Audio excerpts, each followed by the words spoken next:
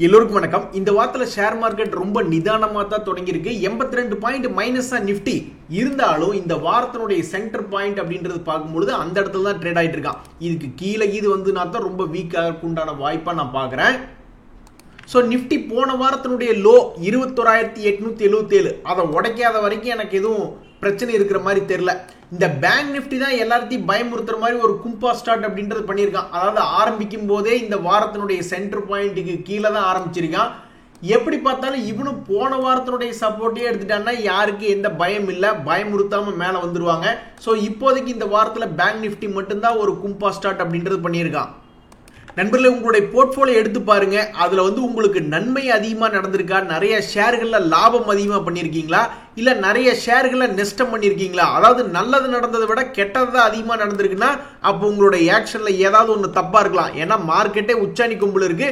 இப்போ உங்களுடைய போர்ட்ஃபோலியோ லாபத்தில் வரலைன்னா நீங்க ஏதாவது தப்பு பண்ணிருக்கலாம். ஸோ அந்த ஆக்ஷனை நீங்க தான் என்னன்றது மாத்தி யோசிச்சு பார்க்கணும். இப்போ இந்த சமயத்தில் இன்னைக்கு ஒரு முக்கியமான நியூஸ் என்ன அப்படின்னு பாத்தீங்கன்னா, பஞ்சாப் அண்ட் சிந்த் பேங்க் அவனை நீங்க சாதாரணமா நினைச்சுக்காதீங்க. 144 ரூபாயெல்லாம் போன ஷேர் தான் 2011. அதுக்கப்புறம் கோவிட் சமயத்துல வந்து இது வெறும் 10 ரூபா போயிட்டான். 10 ரூபா போயிட்டு மற்ற பேங்குகள் ஏறும் பொழுது இவனு மேலே ஏறி 65 ரூபா வந்துட்டான். இன்னைக்கு கூட பாருங்க ஹெவியான வால்டிலிட்டி தான். காலையில 67 ரூபா இருந்தவன் இப்ப 65 ரூபா பக்கத்துல வந்து ட்ரேட் ஆயிட்டு இருக்கான். எதுக்காக இன்னைக்கு காலையில் நல்லா மேலே வந்து ட்ரேட் ஆயிட்டு இருந்தானா, இவங்க ஆல்மோஸ்ட் ஒரு 2000 கோடி பணம் ரைஸ் பண்ணலாம் அப்படின்றதுக்காக பிப்ரவரி 28 ஒரு போர்ட் மீட்டிங் வருது. அந்த ஒரு நியூஸை கேள்விப்பட்ட உடனே இன்னைக்கு காலையில் மேலே வந்துட்டான். அதுக்கப்புறம் இப்போ கொஞ்சம் ஃபிளாட்டாக ட்ரேட் ஆயிட்டு இருக்கான். ஒருவேளை இந்த ஷேர்ல தொடர்ந்து ஏதாவது ஒரு நியூஸ் வந்து தூக்கி விடுறாங்க அப்படின்னா இதெல்லாம் ஒரு முக்கியமான ரெசிஸ்டன்ஸ் லைன். இந்த ரெசிஸ்டன்ஸ் லைனை ஒருவேளை தாண்டிட்டானாக்கா லாங் டேர்ம்ல இது ஒரு 100 ரூபாய் தாண்டிச்சுன்னா ரொம்ப சந்தோஷமா இருக்கும். ஏப்பா சாரு, நீ கீழே விழுந்த உனக்கு மறுபடியும் மேலே ஏற தெரியாதாயா அப்படின்ற மாதிரி பல இன்வெஸ்டர்ல புலம்புட்டதான் இந்த ஹாப்பியஸ்ட் மைண்ட். யாருக்கும் ஹாப்பியே வரல. இதுக்கு முன்னாடி 1500 ரூபா போனவன் இன்னுமே 842 தான் ட்ரேட் ஆயிட்டு இருக்கான். பட் இருந்தாலும் என்ன கவனிக்கணும் அப்படின்னா, இது சில வாரங்களாக அவனுடைய சப்போர்ட்டை ஒரு 3 வாரமா அவனுடைய சப்போர்ட்டை ஹோல்டு பண்ணிக்கிட்டு இருக்கான். இந்த வாரமே இவனுடைய சப்போர்ட்டை ஹோல்டு பண்ணி கொஞ்சம் மேல் நோக்கி வந்தான்னா ஒரு 1000 ரூபா வந்தா கூட இந்த ஷேர்ல வச்சிருக்கிறவங்களுக்கு ஒரு சந்தோஷம் வரும். இன்னைக்கு ஒரு ஷேர் மார்க்கெட்ல ஒரு சந்தோஷமான நியூஸ் என்ன அப்படின்னு பாத்தீங்கன்னா, ஸ்கிப்பர்னு ஒரு ஷேர். இவன் வந்து பவர் ரிலேட்டடான செக்டர்ல இருக்கான். இவன் வந்து இன்னைக்கு என்ன பண்ணிருக்கான்னா 5% மேலே ஏறி இருக்கான். அதுக்கு முக்கிய காரணம் பவர் கிரிட்ல இருந்து இவனுக்கு ஒரு 737 கோடி மதிப்பிலான ஒரு ஆர்டர் கிடைச்ச உடனே சந்தோஷமா இன்னைக்கு 5% மேலே ஏறி வந்துட்டான். உடனே நான் போய் என் போர்ட்ஃபோலியோல பார்த்தேன், ஒருத்தவங்க கூட இன்னைக்கு நல்லா மேலே ஏறி வரல. மார்க்கெட் ரொம்ப ஸ்லோவா இருக்கிறதா இன்னைக்கு காரணம். ஆனா கடவுளை, யானைக்கும் அடி சறுக்கும் அப்படின்ற மாதிரி ஷேர் மார்க்கெட்ல பெரிய ஷேர் இந்த ஏசியன் பெயிண்ட் தான். அவன்கிட்ட இருந்த சக்தியினால 2020 இருந்தே அவன் வந்து நல்ல ஒரு மூவ்மெண்டான கம்பெனி. இன்ஃபேக்ட் 2020 கோவிட் லோலயே அவன் இறங்கலினா பாத்துங்களேன். கோவிட் லோல நீங்க எடுத்து பாத்தீங்கன்னா ஏகப்பட்ட ஷேர்கள் இப்படி வழுக்கு மர மாதிரி கீழே இறங்கி அப்புறம் ஏறி இருப்பான். இவன்லாம் இறங்கவே இல்லை, இறங்காமே மேலே ஏறிட்டான். அப்பேற்பட்ட ஏசியன் பாயிண்ட்டுக்கு இன்னைக்கு ஒரு பலத்தாடி என்ன அப்படின்னு பாத்தீங்கன்னா, அவனுடைய முக்கியமான ட்ரெண்ட் லைனை விட்டு கொஞ்சோண்டு கீழே இறங்கி வர மாதிரி காட்டுறான். ஸோ இனிமேல் வரக்கூடிய மாதங்கள் இவனுக்கு ரொம்ப முக்கியமான மாதங்களா நான் பாக்குறேன். ஸோ ஏசியன் பெயிண்ட் வச்சிருக்கிறவங்க தொடர்ந்து இதை உன்னிப்பா பார்க்கணும். ஒருவேளை புதுசா யாராவது பணம் போடணும், ரொம்ப ஆசையா இருக்கு ஏசியன் பெயிண்ட் அப்படின்ற மாதிரி இருந்தா அவனுடைய சப்போர்ட் லெவல்லாம் 2200, அடுத்தது 1600 ரேஞ்சில் இருக்கு. ஒரு 3-4 வருஷம் கழிச்சு அந்த ஆப்பர்ச்சுனிட்டி அப்படின்றது கிடைக்குது. ஒருவேளை 1600 அல்லது 2000 வரும் பொழுது ஒரு 3-4 வருஷம் கழிச்சு அந்த ஆப்பர்ச்சுனிட்டி கிடைக்குதா இல்லையா அப்படின்றது கொஞ்சம் ஒரு 2-3 வாரத்துல தெரிஞ்சிடும். இன்னொரு 4-5 நாளைக்கு இந்த சவுத் இந்தியன் பேங்க், பஜாஜ் எல்லாம் ஃபாலோ பண்ணும். ஸோ சவுத் இந்தியன் பேங்க் வந்து இன்னைக்கு யாராவது வாங்கியிருக்காங்க ஒரு ஷேர் அப்படின்னா அவங்க அந்த ஷேர் வந்து நாளைக்கு டேட்ல அவங்க பேர்ல இருக்கும். அப்ப என்ன ஆகுதுன்னா அவங்களுக்கு இந்த ரைட்ஸ் இஷ்யூ கிடைக்கிறதுக்கு ஒரு எலிஜிபிலிட்டி அப்படின்ற மாதிரி வருது. அதே மாதிரி பஜாஜ் ஆட்டோ பைபேக்கு வந்து 29ஆம் தேதி அந்த ஷேர் இருந்தா எலிஜிபிலிட்டி. ஸோ இன்னைக்கு 26. அடடா நண்பர்களே, இந்த பிஎன்பி ஹவுசிங் அப்படின்னு ஒரு ஷேர், இவன்லாம் வந்து நல்ல அருமையான ஒரு ரேலி, நல்ல பணம் சம்பாரிச்சு கொடுத்துருக்காரு. 2022 300 ரூபா ரேஞ்சுக்கு எடுத்திருந்தாக்கா 900 ரூபா வரைக்கும் போயிட்டா ஆல்மோஸ்ட் பணத்தை டபுள் பண்ணி விட்டுட்டு கீழே இறங்கிட்டு இருக்கான். ஆனாலும் பாருங்க, இறங்கினவன் நல்ல கீழே மறுபடியும் ஒரு 300 ரூபா வந்துட்டு திரும்புற மாதிரி காமிச்சிருந்தா ரொம்ப சந்தோஷமா இருக்கும். அவன் என்னன்னா மேல இருந்து கொஞ்சோண்டு இறங்கினதுல இருந்தே ஒரு கிரீன் அப்படின்றது காட்டுறான். ஸோ இது இந்த ஷேர் வச்சிருக்கிறவங்களுக்கு வேணா ஒரு மாதிரி சந்தோஷமா இருக்கும். ஆனா நம்மள மாதிரி வாட்ச் லிஸ்ட் போட்டு வச்சுக்கிட்டு எங்காவது ஒரு நல்ல ரேட் வந்து விழுந்தா கவுலான்னு இருக்கிறவங்களுக்கு கொஞ்சம் காண்டா தான் இருக்கும். அட பாவி, 30 வயசாகி இன்னுமாடா கோலம் போட்டுக்கிட்டு இருக்கு அப்படிங்கிற மாதிரி இந்த எபிகிரல் அப்படின்னு ஒரு ஷேர் நண்பர்களே. இந்த ஷேர் நம்ம இதுக்கு முன்னாடியே இப்போ ஒரு இடம் வாட்ச் பண்ணியிருக்கோம். Almost June 2023. அப்பவே வந்து இவன் பிரேக் அவுட் ஆயிருக்கான். அதுக்கப்புறம் நம்ம ஒரு 6 மாசம் டு 1 வருஷம் கழிச்சு நம்ம பாக்குறோம் இப்பவும் அதே லெவல்ல தான் பிரேக் அவுட் ஆன மாதிரி காட்டுறான். யாரா இவன் அப்படின்ற மாதிரி நான் ஒரு மாதிரி தகச்சு போயிட்டேன். இது ஒரு கெமிக்கல் கம்பெனி தான், பட் இருந்தாலும் ஒரு பிரேக் அவுட் ஆகி 1 வருஷமாயா ஒரே ரேட்ல இருப்ப.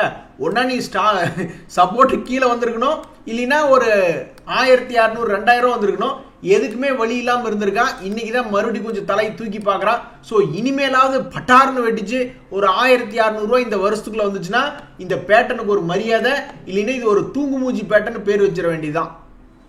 நண்பர்களே, இந்த நாட்கோ ஃபார்மால ஒரு சந்தோஷமான விஷயம் இருக்கு, ஒரு துக்ககரமான விஷயம் இருக்கு. சந்தோஷமான விஷயம் என்னன்னா, இதுக்கு முன்னாடி நம்ம பார்த்த மாதிரி ஒரு 515 இருந்து ஒரு சப்போர்ட் எடுத்திருக்கான். அதுக்கப்புறம் ஒரு பிரேக் அவுட்ல 800 ரூபாயில இருந்து இப்ப 1000 ரூபாய் ஆல்மோஸ்ட் லோ ரேட்ல இருந்து பணத்தை டபுள் பண்ணி விட்டுட்டான். இன்னொரு துக்ககரமான விஷயம் என்னன்னா, நம்ம ஆதி காலத்துல இருந்து என்ன பேசுறோம்னா, தயவு செய்து 1 ரூபா 1.25 ரூபாய் யாரும் டிவிடெண்ட் கொடுக்காதீங்க, அது ஒரு டீ கூட வாங்கி சாப்பிட முடியாது, ஒரு டீ டிபன் காபி கூட எதையும் வாங்கி சாப்பிட முடியாத மாதிரி நிலைமைக்கு எங்களை தள்ளாதீங்க, அப்படி தள்ள நாங்கள் கண்டபடி பேசுவோம் அப்படின்ற மாதிரி நம்ம பல தடவை சொல்லியிருக்கோம். ஸோ இருந்தாலும் இந்த நாட்கோ ஃபார்மா ஒரு 1.25 ரூபாய் டிவிடெண்ட் கொடுத்துருக்காங்க. ஸோ இதெல்லாம் ஒரு எளிமையான மக்கள் 10 ஷேர் 20 ஷேர் வச்சிருக்கிறவங்களுக்கு இதனால ஒரு பிரயோஜனம் இல்லை, ஒரு டீ கூட குடிக்க முடியாது. பட் இருந்தாலும் பல பேர் லட்சக்கணக்கான ஷேர் வச்சிருப்பாங்க, அவங்களுக்கு இதனால ஒரு நன்மை.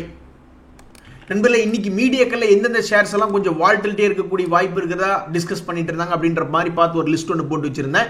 இந்த ஷேர்ஸ் எல்லாம் ஏதோ நம்மளுடைய போர்ட்ஃபோலியோல இருந்ததுன்னா நம்மளுக்கு கொஞ்சம் மன சந்தோஷமா இருக்கும். ஒரு ஷேர் கூட என் போர்ட்ஃபோலியோல இல்லை. ஆடா பாவி, ரெயின் இண்டஸ்ட்ரீஸ், நான் உன்னை ஒரு நல்லவன் நினைச்சா ஓவர் நைட்ல நீ ஒரு கெட்டவன் நிரூபிச்சிட்ட. அதாவது நண்பர்களே, இந்த ஷேர் வந்து இமிடியேட்டா ஒரு பிரேக் அவுட் அப்படின்றது ஆயிருக்கு. அந்த பிரேக் அவுட் எதுக்கு ஆயிருக்குன்னா, அவனுடைய Q3 ரிசல்ட் வந்து நேற்று வந்திருக்கு. அந்த ஒரு நியூஸை காரணமா வச்சு ஒருவேளை நல்லா வந்துருமோ அப்படின்ற ஒரு காரணத்தினால பிரேக் அவுட் பண்ணி பார்த்துருப்பானுங்க போல, ஒரு டெஸ்டிங்க்கு போயிருப்பானுங்க போல. கடைசியில் பார்த்தா அவங்களுடைய Q3 ரிசல்ட் எப்படி வந்திருக்கு அப்படின்ற மாதிரி நம்ம போய் பார்த்தோம்னு வச்சுங்களேன், ரொம்ப சுமாராக வந்திருக்கு. அவங்களுடைய சேல்ஸ் எல்லாம் ஓகே அப்படின்னு இருந்தாலும் அவங்க சில காரணத்தினால அவங்களுடைய ப்ராஃபிட் ஒரு மாதிரி ஒதுக்கி வச்சிருக்காங்க. ஸோ நெட்டாக பார்க்கும்போது 1079 கோடி நஷ்டம் அப்படின்ற மாதிரி ரிப்போர்ட் பண்ணியிருக்காங்க. மொத்தமாக கடந்த சில 10-15 குவார்டர்களுடைய ரிசல்ட்டை நம்ம எடுத்து பார்க்கும் பொழுது இது வரைக்கும் ஒரு 3 குவார்டர்ல தான் லாஸ் பண்ணியிருக்கான். ஒரு 60 கோடின்னு லாஸ் பண்ணியிருந்தா கூட பரவாயில்ல, ஒரு 70 கோடின்னு. பட் 1079 கோடியை கொண்டே நஷ்டத்தில் எழுதியிருக்காங்க. ஸோ இந்த ஒரு காரணத்தினால தான் இன்னைக்கு வந்து 7.5% கிராஷ் ஆயிருக்கான். இட்ஸ் ரியலி டெரிபிள் அப்படின்னு தான் சொல்லணும். இந்த ஒரு காரணத்தினால என்ன ஆகுது அப்படின்னு பார்த்தீங்கன்னா, இந்த பிரேக் அவுட்டுக்கு ஒரு மரியாதை இல்லாமல் போச்சு.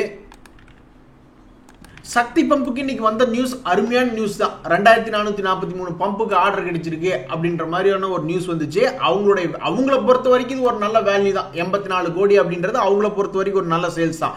ஆனா இந்த ஷேர் வந்து ஏற்கனவே ஏறிட்டதுனால இன்னைக்கு ஏர்லின்னு நினைக்கிறேன். ஏற்கனவே 400 ரூபா இருந்தவன் 1400 ரூபா வந்துட்டான். ஸோ ஒரு பெரிய நியூஸ் வருது அல்லது ஸ்மால் நியூஸ் வருது, ஏதோ ஒரு ட்ரிகர் பண்ணி விடக்கூடிய ஒரு நியூஸ் வந்து அவன் நீட்டி படுத்துக்கிட்டு இருக்கான்னாக்கா அவங்ககிட்ட இருக்கக்கூடிய சக்தி போயிட்டதா தான் நான் பாக்குறேன். ஸோ நியூஸ் வந்து ஒரு ஷேர் ஏர்லினா அதெல்லாம் ஒரு ப்ராஃபிட் புக்கிங்க்கு அடையாளமாக தான் நான் பார்க்குறேன். நண்பர்களே, ஏகப்பட்ட ஷேர்களை வந்து நம்ம வாங்கிடுறோம், கடைசியில் பார்த்தா நம்மளை அதை லூஸ் ஆக்கிட்டு போயிடுறானு. அந்த மாதிரி நிறைய பாப்புலரான கம்பெனின்னு பார்த்தீங்கன்னா இந்த பிசிஜி, இகே எனர்ஜி, டிடிஎம்எல், அசல்ட்டு நல்லா ஏறிட்டு இருக்கிற மாதிரி தெரியும். நல்ல பாப்புலரான கம்பெனி இதெல்லாம். டாடா குரூப் கம்பெனி, இந்த இகே எனர்ஜி ஒரு மாதிரி பாப்புலராக இருந்தது, பிசிஜியும் ஒரு காலத்தில் பாப்புலராக இருந்ததுன்னு சொல்லிட்டு ஏகப்பட்ட பேர் போய் எடுத்ததுக்கப்புறம் அவன் கீழே இறங்கி நம்மளை புலம்பு விட்டுறானுங்க. ஸோ ஷேர் மார்க்கெட்டில் எந்த குரூப்பாக இருந்தாலும் சரி, யாராக இருந்தாலும் சரி, நீங்கள் உணர்ச்சி பெருக்கல அவன் ஏறானே அப்படின்ற மாதிரி போய் பார்த்து வாங்குறத விட, வாங்குறதுக்கு முன்னாடி அவன் என்ன செக்டரில் இருக்கான், ஓஹோ பவர் செக்டரில் இருக்கானா, இல்லை ஆர்டிஃபிஷியல் இன்டெலிஜென்ஸ் அதானே இப்போ ஓரளவுக்கு ஏறிட்டு இருக்கான், அல்லது ரயில்வேஸில் இருக்கானா, அந்த மாதிரி ஏதாவது ஒரு ஃபோக்கஸில் இருக்கக்கூடிய செக்டரோ அல்லது நல்ல லாபகரமான கம்பெனியாக இருக்குது அப்படின்ற மாதிரியோ நீங்கள் பார்த்து வாங்கினீங்கன்னா தான் உங்களை மோஸ்ட்லி புலம்பட மாட்டான். விப்ரோ புலம்ப தான் விட்டான், எல்ஐசி புலம்பு தான் விட்டான், கடைசியில் என்னாச்சு மறுபடியும் மேலே ஏறி வந்துட்டானுங்க. பட் இதெல்லாம் இனி ஏறி வருமா இல்லையான்றது ஆண்டவனுக்கு தான் தெரியும். நண்பர்களே, உங்களுக்கு தெரியாதுல்ல, இந்த இன்ஃபி பீம் அப்படின்ற ஷேர் வந்து நல்லா சம்பாரிச்சு கொடுத்துருக்கான். இதுக்கு முன்னாடி கூட நம்ம ஒரு 12 ரூபா 13 ரூபாய்க்கு பார்த்துக்கிட்டு இருந்தோம். மிஞ்சி போனால் என்ன ஒரு 20 ரூபா 25 ரூபாய்க்கு இது வருவானோ அப்படின்ற மாதிரி நான் யோசிச்சுக்கிட்டு இருந்தேன். இன்னைக்கு 36 ரூபா வந்துட்டான். இந்த சமயத்தில் தான் ஒரு அருமையான நியூஸ் வருது. அமெரிக்காவில் ஏற்கனவே ஏஐன்ட்டு கிடக்குறாங்க, அதனால ஏகப்பட்ட கம்பெனிகளை வந்து மேலே ஏற்றி விட்டுட்டு இருக்காங்க. இப்போ இந்த ஆள் வந்து கில்லி மாதிரி என்ன பண்ணியிருக்காங்க, இன்ஃபிபீம் இங்கிருந்து போய் அமெரிக்காவில் இருக்கக்கூடிய ஏஐ டெவலப்மெண்ட் கம்பெனி ஒன்று 20% அக்வசிஷன் பண்ணியிருக்காங்க. அப்போ இந்த நியூஸ் எல்லாம் வந்து என்ன ஒரே நைட்டில் நடந்திருக்கும், மேபி 2 மாதம் 3 மாதம் 6 மாதம் 1 வருஷம்னு ஏதாவது ஒரு நியூஸ் இதுக்குள்ளே இருந்திருக்கலாம். அப்ப அதை நம்ம கனெக்ட் பண்ணி பார்த்தோம்னா ஆல்மோஸ்ட் ஆகஸ்ட் மாசத்துல வெறும் 14 ரூபா தான் இருந்தான். ஆனா இப்ப பார்த்தோம்னா 36 ரூபா இருக்கான். இதெல்லாம் வந்து நம்மளுக்கு உண்மையிலேயே ஷாக்கிங்கா தான் இருக்கு.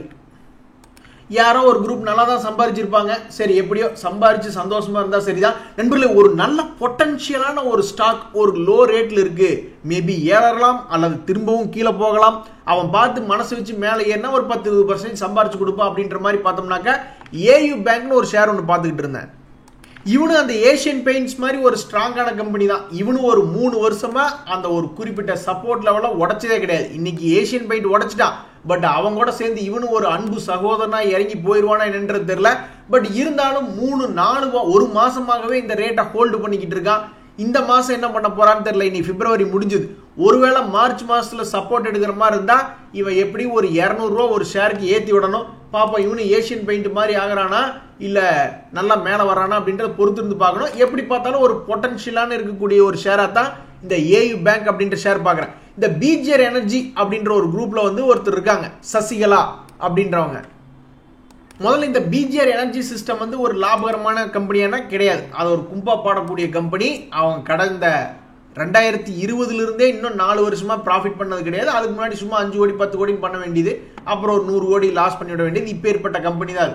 இந்த சமயத்தில் வந்து அந்த சார்ட் ஒரு 10 வருஷம் சார்ட் பார்த்தோம்னா இதுக்கு முன்னாடி எல்லாம் ஒரு 200 ரூபா போயிருக்கான். அதுக்கு முன்னாடி எல்லாம் பார்த்தீங்கன்னா இவன்லாம் 800 ரூபாயெல்லாம் போன கம்பெனி தான். ஆனா சமீபத்தில் வந்து இவன் வந்து எப்பெல்லாம் ஒரு 100 ரூபா வரானோ அப்பெல்லாம் ரெசிஸ்டன்ஸ் எடுத்துட்டு கீழே போயிடுறான். பார்த்துக்கிட்டே இருந்திருப்பாங்க போல. பார்த்துக்கிட்டே இருந்துட்டு இந்த ப்ரொமோட்டர் சசிகலா ரகுபதி அவர்கள் வந்து ஆல்மோஸ்ட் ஆல்ரெடி 23.99% கையில் இருக்கிற மாதிரி காட்டுது. அதுலயும் கொஞ்சம் வித்து விட்டு போயிட்டாங்க. அதனால நண்பர்களே, நீங்க ஒரு ஷேரை வாங்குறது தப்பு கிடையாது. ஆனா அந்த ஷேரை நீங்க வாங்கி அது ஒரு குறிப்பிட்ட ரெசிஸ்டன்ஸ்ல இருக்கு, அந்த ப்ரொமோட்டரே கொஞ்சம் விற்கிறாங்க அப்படின்னா உங்களுடைய ப்ராஃபிட் புக்கிங் கொஞ்சம் பண்ணிக்கிறதுல எந்த விதமான தப்பு இல்லை அப்படின்றது என்னுடைய கருத்து. ஐபிஓ சம்பந்தப்பட்ட அப்டேட்டுகள்ல வந்து இன்னைக்கு நம்ம என்ன பார்க்குறோம் அப்படின்னா, இந்த ஜுனிபர் ஹோட்டல்ஸ் அப்படின்றதுடைய ஐபிஓ அலாட்மெண்ட் ஸ்டேட்டஸ் இன்னைக்கு வந்துடும். ஓப்பனாக இருக்கக்கூடிய இந்த ஜிபிடி ஹெல்த் கேர் இன்னைக்கு க்ளோஸ் ஆகிடும். அப்பேற்பட்ட அந்த ஜிபிடி ஹெல்த் கேர் வந்து 180 ரூபாயில இருக்கக்கூடிய இந்த பணம் வந்து இந்த ஐபிஓ வந்து ஏதாவது லாபம் சம்பாரிச்சு தருமா, ஒரு 20% கிடைக்குமா அப்படின்ற மாதிரி நான் போய் பார்க்குறேன். 20 கிடையாது, 1 கிடையாது, ஓடிப்போ அப்படின்ற மாதிரி முதல்ல ஒரு 10% கெயின்ல ஆரம்பிச்சது. இப்போ வெறும் 3.25% தான் கெயின் படிக்கிற மாதிரி காட்டுறான். இதெல்லாம் ரொம்ப ரிஸ்கியர் ஐபிஓவா தான் நான் இந்த ரெண்டையுமே பார்க்குறேன், ஜுனிபர் அண்ட் ஜிபிடி. ஒரே வாவ் நண்பர்களே, என்எம்டிசி ஷேர் யாராவது வச்சிருக்கீங்கன்னா ஆல்மோஸ்ட் உங்களுக்கு ஒரு அருமையான டிவிடெண்ட் தரான். 5.25 ரூபா டிவிடெண்ட் தரான். ஒரு 10 ஷேர் வச்சிருந்தீங்கன்னா கூட நல்ல டிபன் காப்பிலாம் சாப்பிடலாம். ஸோ இந்த என்எம்டிசி ஷேர் வச்சிருக்கிறவங்களுக்கு வாழ்த்துக்கள், ஒரு நல்ல டிவிடெண்ட் அப்படின்றது கொடுக்குறாங்க. இன்றைய தகவல் உங்களுக்கு உதவியாக இருந்ததுன்னா ரொம்ப சந்தோஷம் தான். ரொம்ப நன்றி, வணக்கம்.